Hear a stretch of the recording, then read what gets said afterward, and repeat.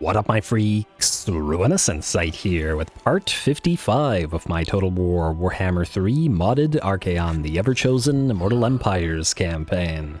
So as we saw last time, a village, or rather the blue scribes, did show the domination of Tzeentch's magic versus or over that of the greenskins, though I suppose we probably cast a few greenskin spells in there as well, subsuming their magics into our own.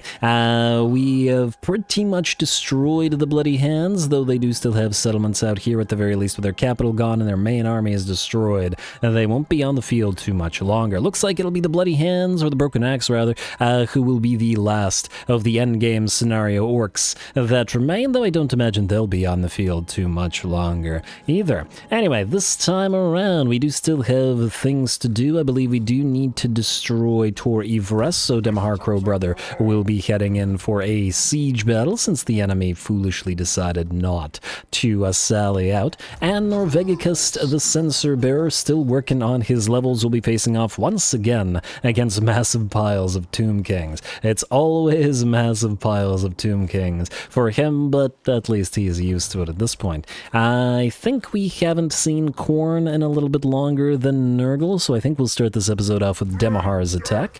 And Tor Ivres is the target, a Pyrrhic victory. We got some solid troops here, tons and tons of range as we head towards the walls, and plenty of elite units, including a unit of Athel Tamara Faithbearers as well. And very nice. We'll see how they stack up against our Exalted and regular Bloodletters, and to a slightly lesser degree, our Chaos Warriors of Khorne. We do have Siege Towers as well. We don't usually get to play with those, so we might as well play with them a little bit here. Away we go.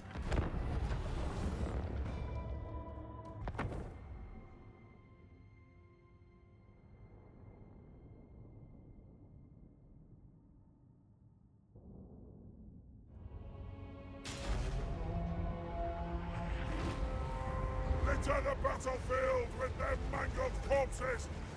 Pile their skulls at the throne of Khorne! Alrighty, here we go. I felt like we could do a battle where our Khornate army looks a little bit more organized, just for once, and I think that looks pretty good. We got our 6 units of the siege towers, our main column of forces with the war shrines in the back end, of course, Demahar himself leading the way. We'll see how effective this is. Of course, this does mean that our column of units will likely be targeted by the enemy towers a little bit more, but well, what can you do? Now, we're going to start off with getting that breach in the enemy walls with Shatterstone right in front of our approaching column, and the breach, having done damage to an enemy unit of archers, or whatever the heck was up there, did allow us to immediately summon the unit of Chaos Spawn. This is here to serve as a distraction, and as soon as the Chaos Spawn are low enough level, we'll summon the Forsaken there as well, or low enough HP. We'll summon the Forsaken there as well to continue to distract the enemy. That means a lot of extra range shots hitting these units inside the enemy settlement rather than our approaching army, who continues to approach. We've also gone over the walls with our 3 units of Bloodthirsters, which are going to try to look for some isolated units to go after. And there's the Forsaken on the field. We certainly don't want the Bloodthirsters backing them up. A, because we don't care about them living, and B, because Bloodthirsters are very, very much an easy target for ripping apart with the range shots. Definitely something I've taken advantage of in the past, and they may be scary in melee, but yeah, like any big old monster, they can be knocked out very, very quick by the High Elves. We've been suffering a lot of that in the way of the poor war shrines. Anyway, it looks like the enemy towers have decided to, by and large, target Demahar more than the rest of his forces, which is great, because Demahar can certainly take it. Our units are very close to the breach now. And by the looks of it, the Chaos War Shrines of Khorne have not so far been targeted too much. Looks like we're getting some shots on Rulik the Skull Polisher, our wizard, but that's okay. Over in the background, our 3 Bloodthirsters have landed. A single unit of isolated Phoenix Guard stands against them. Kind of an interesting matchup, and we'll see how the 3 Bloodthirsters handle them, or how the Phoenix Guard handle themselves. Man, these guys like jumping around a lot, don't they? I feel like they landed, but they're getting getting additional blows in with their wings, yeah. There we go. And they were all basically in the sky while fighting. Looks like the Phoenix Guard are going to get a little bit of help from a single unit of Great Eagles here, but the Great Eagles should be relatively easy to bring down. And that said, we've lost about 20% HP off, 15 to 20%, let's say, HP off of most of our units of Bloodthirsters. In the meantime, we make our way through the breach, rather. I don't know why the War Shrines are leading, but I guess they are. These are Coronate War Shrines after all, and they want combat. Or maybe they just forced their way through, as it's a little bit more difficult for the Chaos Warriors.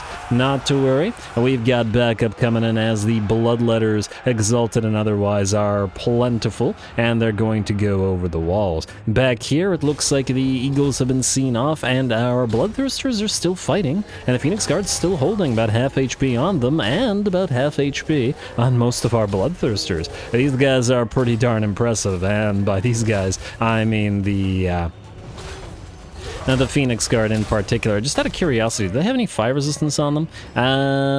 They do not. I was wondering if the fire damage off the Bloodthirsters was what's causing them to struggle so hard against a single unit like this. But just a little bit, there's certainly a little bit of struggles there. Yeah. Very well done to the Phoenix Guard there. Anyway, that's going to continue for a while. Hopefully our Bloodthirsters don't die, but we've got a breach to make our way through. Looks like our War Shrines of Khorne are surrounded, though we have our Exalted Hero of Khorne, Urkathal, leading the way, while we've peeled Demahar away to this side to lead the Bloodthirsters off of the walls, mostly to add the fight or die ability to them, to give them even greater melee attacks, so that they can hopefully break through all these units reasonably quickly, which we do need to happen, as otherwise the enemy range units or the enemy range firepower is going to start to tell. How are the War Shrines? They're still looking relatively okay. We got 25% ward save, 28% physical, and 33% missile on them now, so the standard non-hero War Shrines are fairly resistant to missiles at this point, probably much more so than the hero units. So hopefully that'll mean the enemy won't target them nearly as much. Anyway, the enemy did not really bother holding the walls whatsoever. I was hoping we'd get some fight up on top of the battlements, but alas, it looks like they decided to hold ground after the breach instead. That's fine, as our Bloodthirsters have all gotten off the walls. It looks like our Bloodthirsters have finally managed to get rid of that unit of Phoenix Guard with no additional aid coming through, but look how badly they're all hurt. Damn.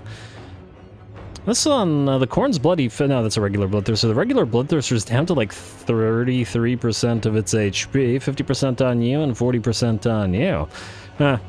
And yeah, I know they're anti-large, the Phoenix Guard, but still, damn impressive. Anyway, we'll see how the little guys fare, by which I mean the Bloodletters, both Exalted and regular varieties. We've got one of the units surrounding the enemy lord back here, a mage or archmage, I should say, of light, who will cast something. Probably a Foz protection on somebody. I don't know what that cast was. We got transmutation of light. Yeah, it's a Foz protection on this unit of Lothern Seaguard. Okay, well, good luck with that.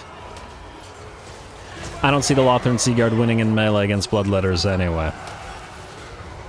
And we've got lots and lots of Bloodletters. It looks like they are also doing very well at ripping apart the enemy array. Or this is more Lothern Seaguard, and it's just the unshielded variant. I was like, wait a second. Slightly different unit.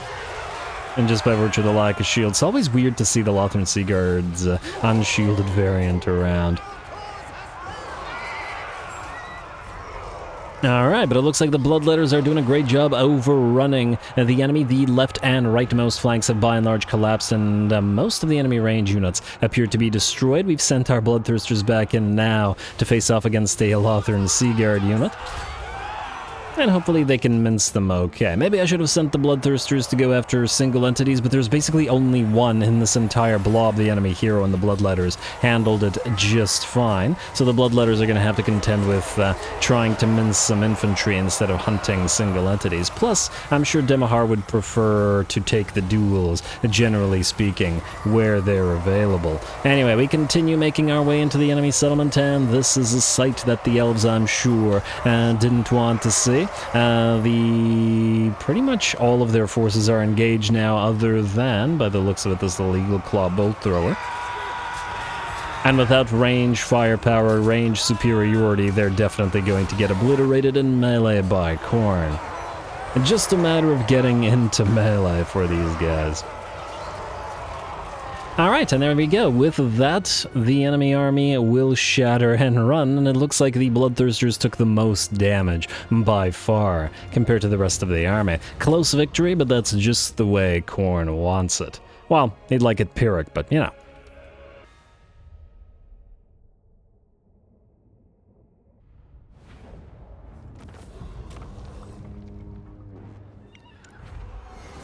Alright, very, very nice. Another bloody battle for the armies of Khorne, just as they would have it. A close victory and certainly a decent bit of damage to some of our units, especially the Bloodthirsters.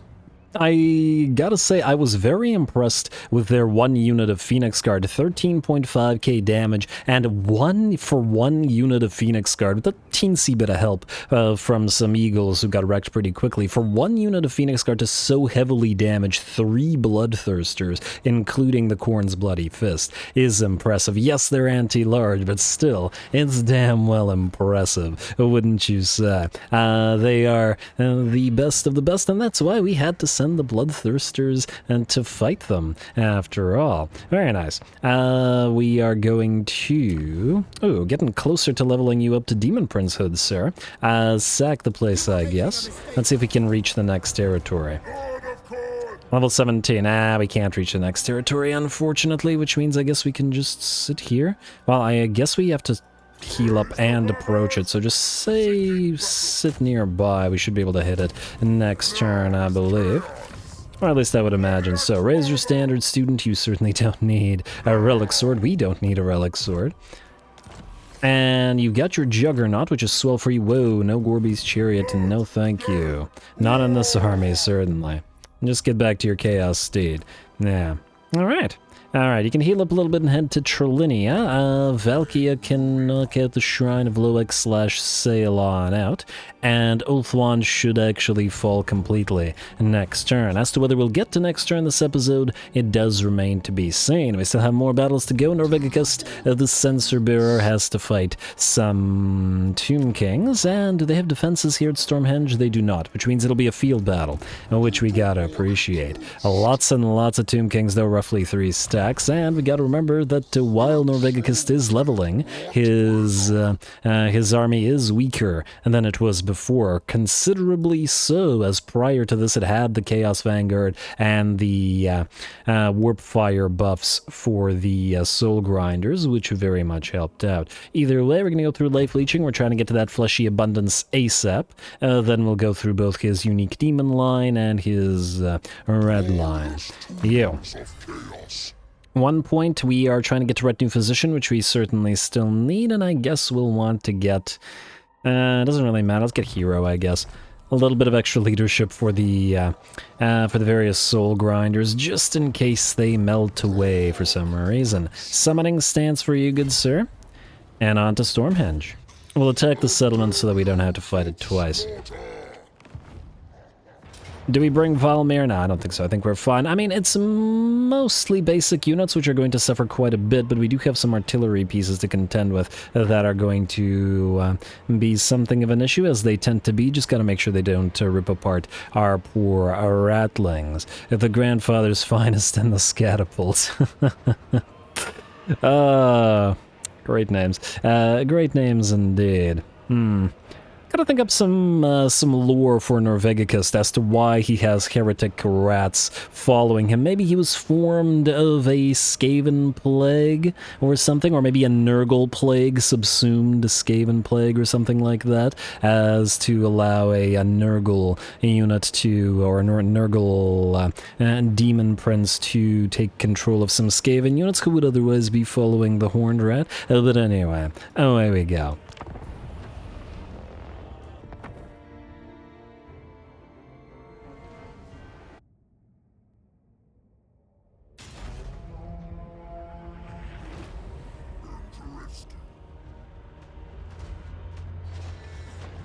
Alrighty, man, Norvegicus certainly does love breaking the Tomb King's faction. His army has faced off against a lot of these guys, and very successfully, I might add, but it looks like the times have not yet ended for that. We've still got to bring down the Court of Libaras for good, and then afterwards, we got to bring down Khemre. Anyway, we're going to start by moving forward our unit of, or units, I guess, of the Soul Grinders and beginning the bombardment. Now, just like a few battles ago, I decided to keep this particular battle a little bit more interesting by deploying in such a way that isn't as great for us. So the enemy has a blob coming in from the back. It would have probably been better to deploy in such a way that they weren't basically directly behind us. But like that one battle where we deployed really close to the enemy and couldn't use our range, I think this will keep it interesting, as we'll have to fight with the enemies attacking us from multiple directions. Sorry, Norvegicus, I keep screwing you over like this, but hey, you keep on surviving.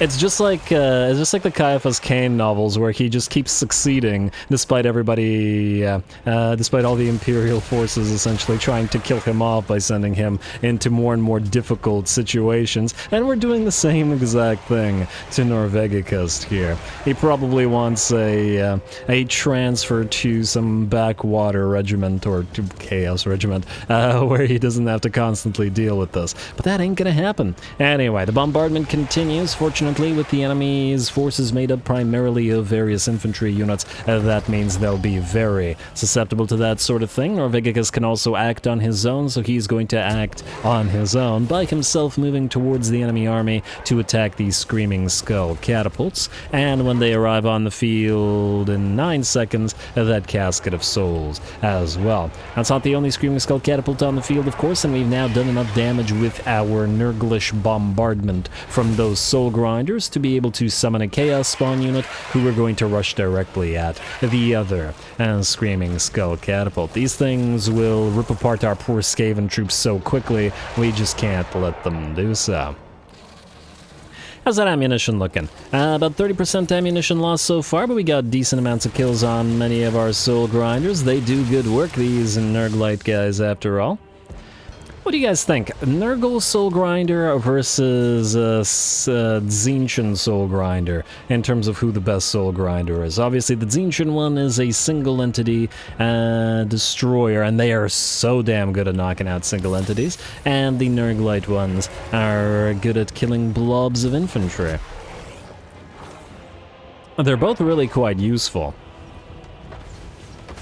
Though I do feel that since Hell Cannons exist, the Tzeentch Soul Grinder occupies a, let's say, rarer army slot than the Nurglite Soul Grinder does, because if you need something to mince infantry, you can also go for a Hell Cannon. Of course, the Hell Cannon isn't an artillery monster, so it wouldn't be quite the same, but, you know.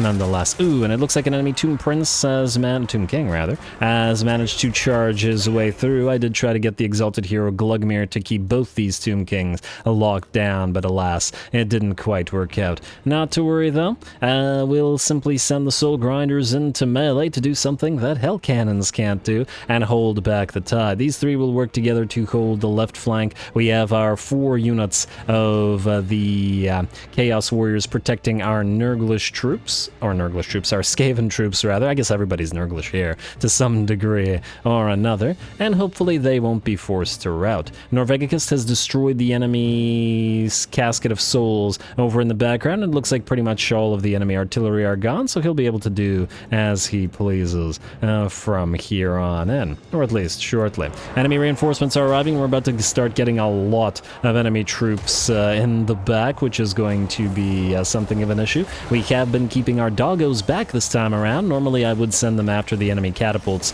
and such, but this time we clearly needed them to hold the line, else we get overrun from every direction. We'll see how it works.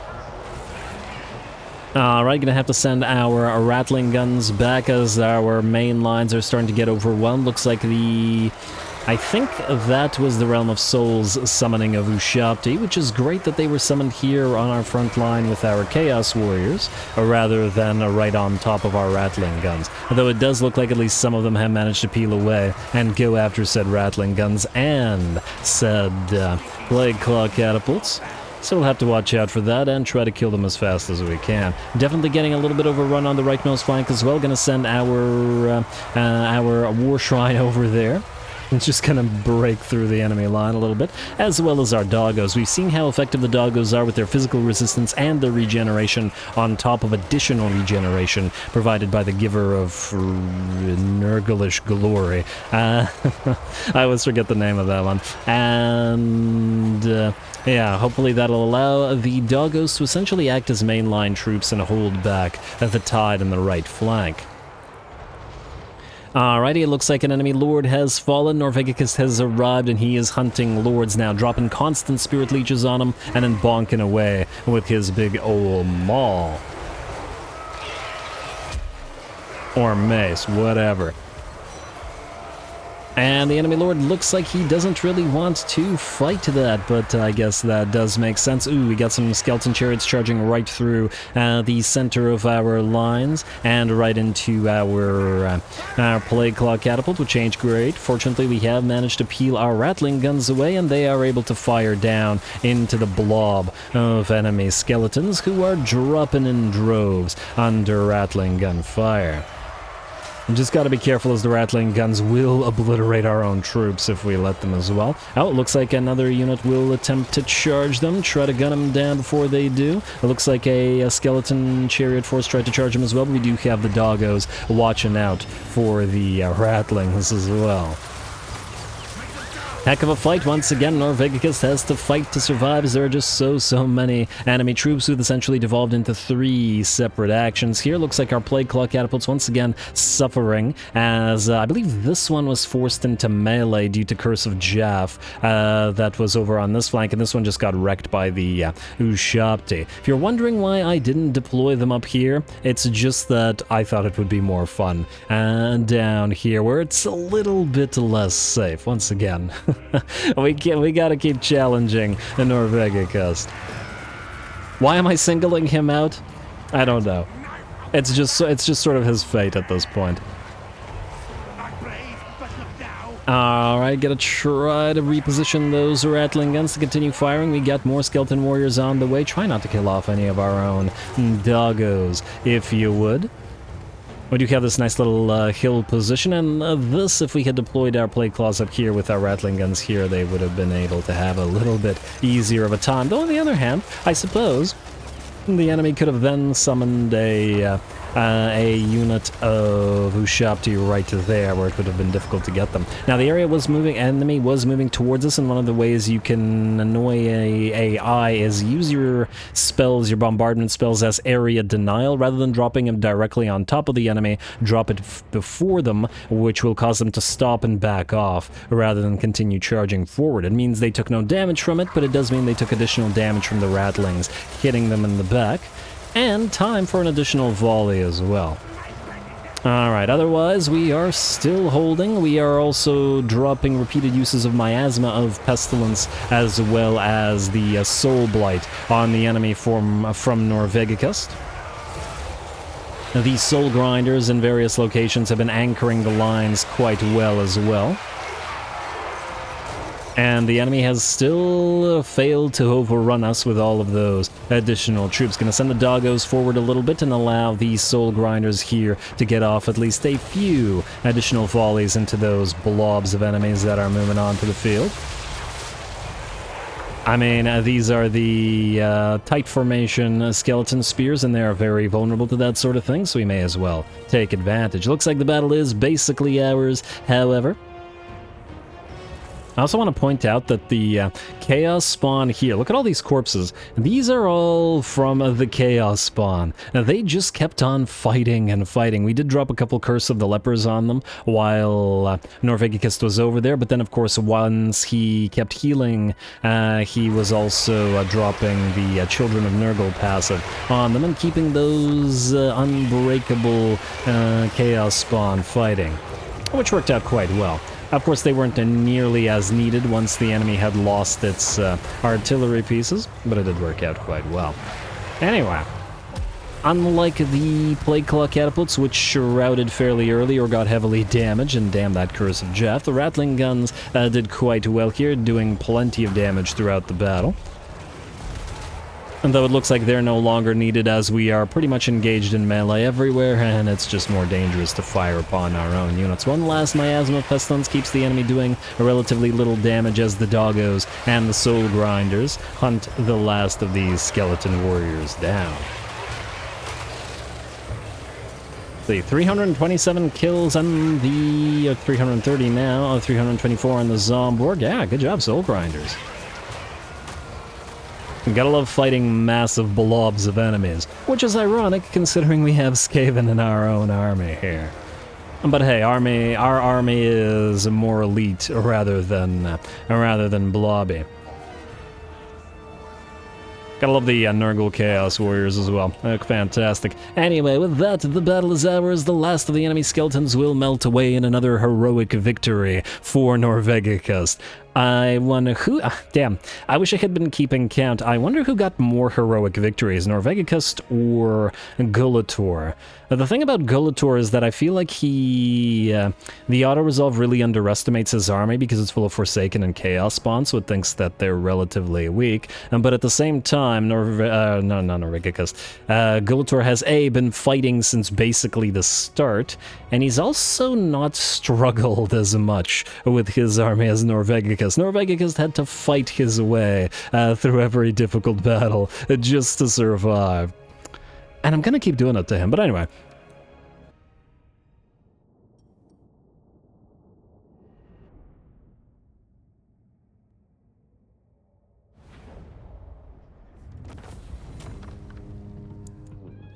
Alright, very, very nice. I think the battles for Norvegicus have been generally a really good showcase for the Tomb Kings, in particular the Curse of Joff. As soon as the enemy gets close enough to our lines, it doesn't even have to get to the range units, just close enough, then one of its units or one of its heroes takes damage, forces the Curse of Joff, and then suddenly your entire back line of range units is in Rampage and running into the melee rather than doing what they're supposed to be doing, particularly irritating against our Plague Claws and our Rattling guns, though the Rattling guns did manage to keep out of it much better than the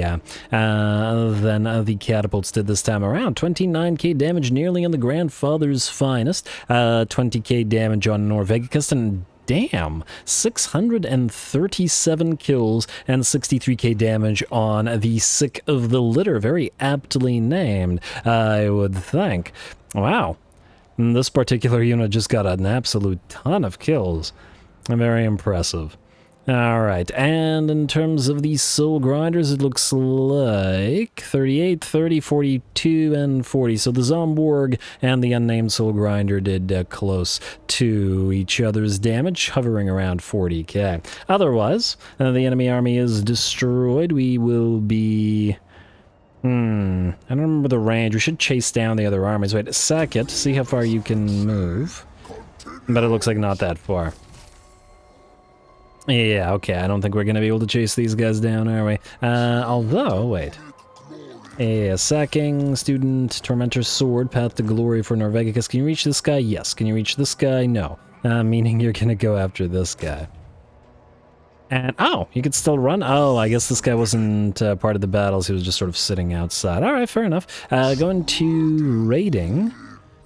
And just sit outside here, I guess, while Valmir captures Stormhenge. And I guess we'll probably want to move briefly northward to grab Galbaraz and Gronti Mingle, just so that they don't attack us in our newly conquered territories. Not that we really care that much about these territories, but, you know. And most likely, Numas will get retaken by Khemri, but, well, it's not like we care about it. In fact, we could just trade it off if we wanted to the Exiles of Khorne, who are not at war with Khemri, and keep our territories that way. But then they'd be more likely to go to Karagarud, which is undefended relatively due to the lack of the warband camp there. Well, certainly something to consider. In the meantime, let's see if there's anything else that we need to do this turn. Demahar, you've moved. Be'lakor, you have not moved, but you... Oh, right, we got new units. The Spawn of Khorne, unfortunately, go to 0 or 1 HP, or 80 HP, I guess, as soon as they transform from Forsaken. Oh, I get it. Forsaken have 80 HP, and 1 HP per unit, huh? Odd, but fine. It does mean that Be'lakor can't move until those guys are healed up. And I guess the same goes for the rest of these little mini armies here. At the very least, they probably wouldn't be able to take Heinrich Kemmler's army, so we'll just leave him alone for now. Glugmir, you are who? Oh, you're just following Azazel around, and I think there's a tech thief to move, but you have... Oh, 1 turn remaining. Okay, now we should actually probably steal tech with you. Go here to Gorsella, I guess. Actually, it doesn't matter, does it? We are at 1,044% A and B. Hey, you succeeded. Good job. And B, we're basically out of techs. Just need Herald of Doom, and what are we doing right now? Oh, we're doing that inscribed Chaos Armor. Yeah, 1, 2... 3, 4, 5, 6, counting the one that we're doing right now. So, nearly done with the text. We'll be done on turn 126. Lovely. Or 127. Unsigned skill points past the glory commandment available. I've come to the wrong place, and Lord not moved, damaged building. Wherefore is this a damaged building? Oh, it's an ULTHUAN. Yes, okay, well, I would imagine so. Repair Torivres, and A, we immediately got the cultist camp at Torivres, which is nice, isn't it? Just out of curiosity, we're at 75% physical resistance now on these guys. Well, technically 70, it's just that slaughtered captives is buffing us a little bit, but still very nice. They've come to the wrong place for you. And just for a teensy bit of extra defenders. And I believe we're good to end the turn and hopefully destroy ULTHUAN for good. Let's see if we can make it happen this turn and turn. Unless somebody attacks us, which very well might happen. Be'lakor is just going to... Okay, yeah, sure, buddy, why not? Why not? Samoth, I don't remember who you were.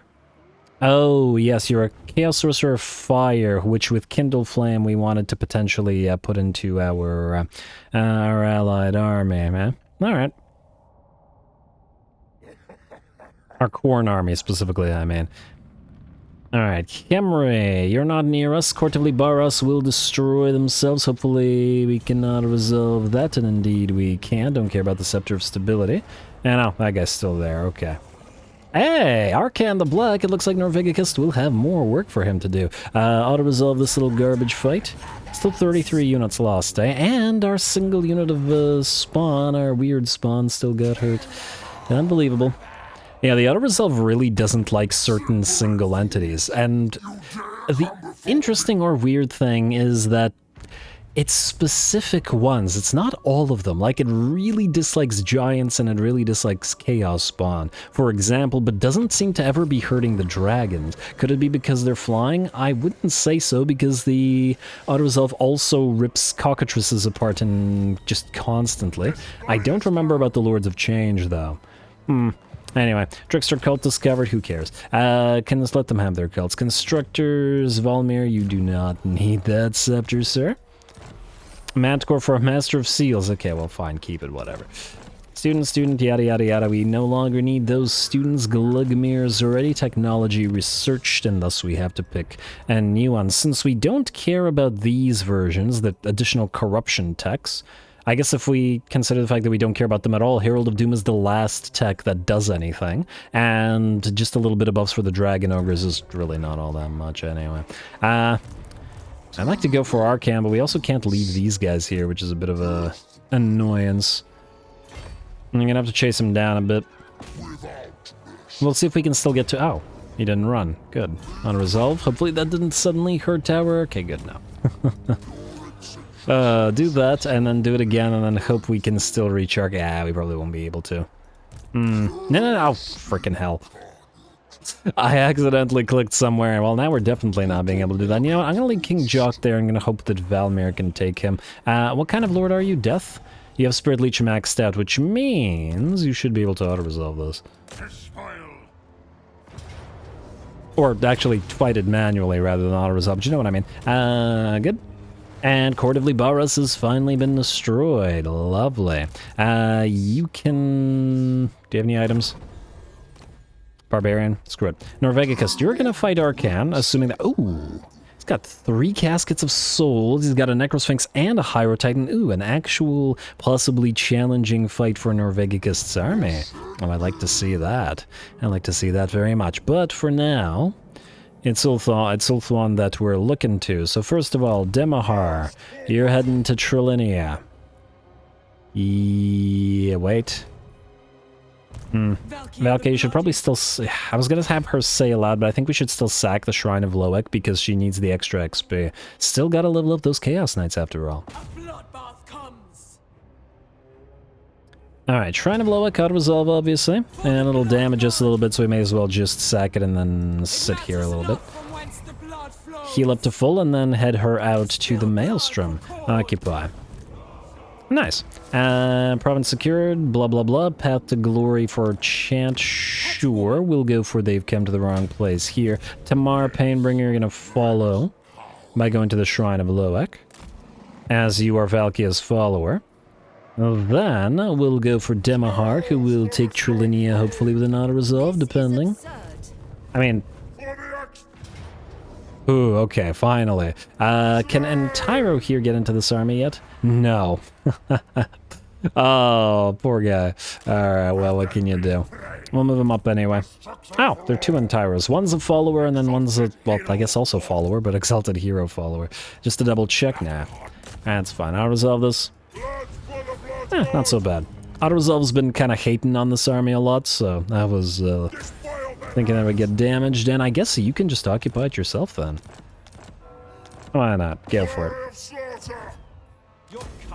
Occupy, we're not going to bother subjugating the elves, because, well, they're like minus 8,000 relationship with us. It's just not going to happen. Alright. And plus, after we put in all this work to destroy ULTHUAN. Speaking of destroying ULTHUAN, 1 territory remains, Toralir. It is defended, but it's not greatly defended, and I think Siggy should just be able to auto-resolve it. Indeed he shall. I mean, it does have some fighters, but it's still a far weaker garrison than the one we just fought with the weaker Khornate army, and won, so Sigvald's army would have no problem with it whatsoever. 59 run speed on these guys, very, very nice. And damn, those are some fast Chaos Knights as well. Also, we got some fantastic names for some of the Chaos Knights and some of the units in this campaign as well, and lots of sort of legendary lords that I want to keep around as legendary characters on the channel. I'm gonna make sure we keep some of the best names as well. You guys let me know if there are some particular favorites of yours. This campaign has been a treasure trove of great names that we should keep on the channel. Anyway, auto-resolve you, and with that, you don't need to actually talk about. There we go, and with that, the last Avalorn is destroyed, Illyrian is secured, and Avalorn is fully ours, or ULTHUAN rather, is fully ours. I mean, technically, we gave these guys this territory, so whatever. If I wasn't too lazy, I would have just traded it all to Nagaron, but frankly, at this point, I'm just too lazy to do it. To completely destroy the elves, we'll have to head to the Galleon's graveyard here, but that should be no trouble. I imagine Tyrion will have revived there, but there's no garrison there, so it should be a quick little auto-resolve. And then from there, a hop, skip, and a jump towards Khemri, towards these guys. We are going to have to start sending these guys on ships to invade other territories. More fun stuff to be had, or fun battles to be had. However, I think they're going to have to be had next episode, as I'm going to call this one here. There's a lot of admin to do, and oh damn, to get some units slash armies into position. And then get ready for the fights for next episode, but the relatively boring admin while I try to figure out who needs to go where. So, calling it here, more chaos to come. As always, there will always be more chaos to come, so stay tuned for it. Don't forget to leave those likes and comments below as they determine how often this campaign is posted. All glory to the algorithm, and thanks for watching.